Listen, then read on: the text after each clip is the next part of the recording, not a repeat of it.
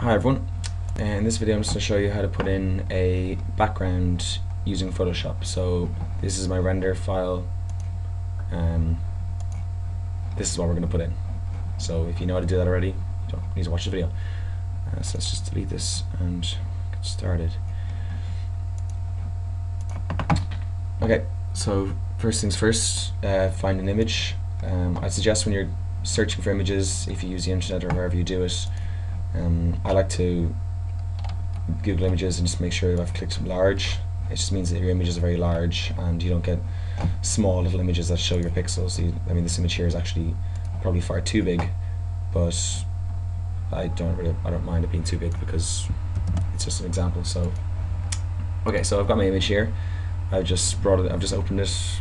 I've saved it from the internet onto somewhere, and I've filed and opened it into Photoshop. When you bring in a new picture, it automatically becomes a background and it becomes locked. If you want to work on it, you need to double click on that, give it a name, and it'll become unlocked. It just means you can actually work on it. So that's the first step. I'm leaving my render image as a background locked because I don't want that to change. I don't want to accidentally be erasing things on it. I want to put layers over it, and that's the way Photoshop works. You're essentially putting images over images over images in layers on top of each other. So let's just get started. So I'm going to use my selection tool here. I'm just going to go ahead and grab a piece of sky, trees and grass, and I'm going to copy that, and I'm going to go into my other image and I'm going to paste. And now you can see it's come in here, but it's very, very big. So I'm just going to scale it down, edit, transform, scale, and I'm going to click on this little link tool. It'll mean that it doesn't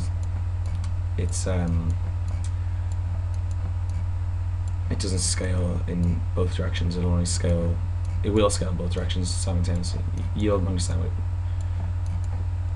So for example, if it was off, you can do this, but I didn't want that, so I left it on. I turned it on, I mean, just to keep it the same ratio. That's the word, ratio. So I'm just going to put my picture in here somewhere. I'm going to lower the opacity down just so I can see my background and try to find a good size for the. I don't think the trees be too big. It's probably around there. Looks alright. And maybe I'm going to use a piece with more people in it. So yeah, like there.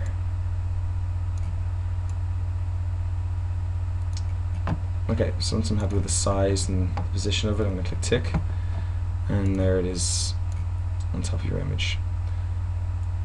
So next thing is to cut out the areas we don't want. So once again, I'm just keeping the opacity around 50% so I can see both my images. I'm then going to use, so these tools, these top three tools are kind of selection tools. So the lasso tool is just free drawing your selection area. The polygonal one is just straight lines, and I'm going to use this now actually. So I'm going to essentially just draw a line here, and I'm just going to cut the part of the image out that I don't want. So I'm just drawing around here, and I'm going to leave that piece in for now. So down here, and that little circle is just that you're closing the loop. So now I've selected that area of this layer 1. I'm going to delete and delete. I'm now going to hit Control D, which is deselect, or so you can go to image and deselect that way. Okay, so I now want to go in here again and cut out this part. I might do this way instead, yeah. And delete. And then here.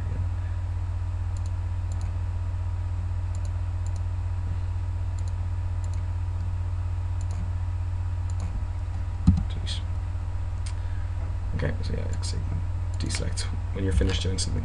Oh, to zoom in and out and moving around, so holding Alt goes in and out, and the mouse wheel, and then when you are close in, holding nothing goes up and down, and holding control goes left and right. So get around that because it's useful when you're able to quickly move up and down and get to where you want. So it's just control, alt, and nothing. Okay, so now my background's in. I might want to maybe use my, so if I want to fill in this area here, I could just select an area, sky, copy, and just edit, copy, edit, paste, and move it over. For the reason it's just got a different opacity. See, as you copy a new layer, it adds it, and you should also keep these named. So call these trees and grass. And I'm not going to call the second one because in a moment I'm actually going to merge them. So first we're going to just cut it up a bit. Once again, drop it so we can see it below. And now I'm just going to cut out that piece, delete.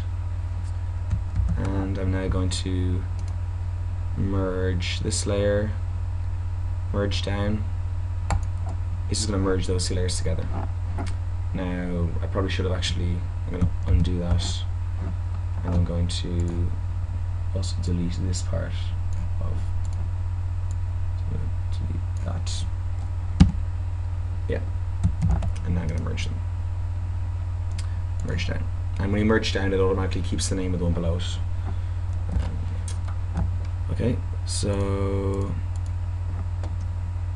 another thing though, actually I should mention, I'm gonna do that merge again. When you merge two layers, it locks the opacity that they're at. So you see the way I've got my opacity at 50, at 47% here, up to 50, and here is also at 50. If I then merge this down, it's now actually gone up to 100, so I can't make that any more opaque. That's now so you should be aware of that, and it's from that I did a mistake there. So I'm gonna undo again, Control undo, okay, and stepping backwards in Photoshop is like, stepping backwards is more like undo than undo is. Undo is kind of for little things, whereas step backwards will actually go and step back from each step you've done. So I'm going to put these to 100, and then I'm going to merge them, and then I'm going to put them back down again to 60 or maybe 80, just because they're a bit too bright. Yeah. Okay, so that's background. We'll leave that for there, and then next time we'll do some people, I think, or something.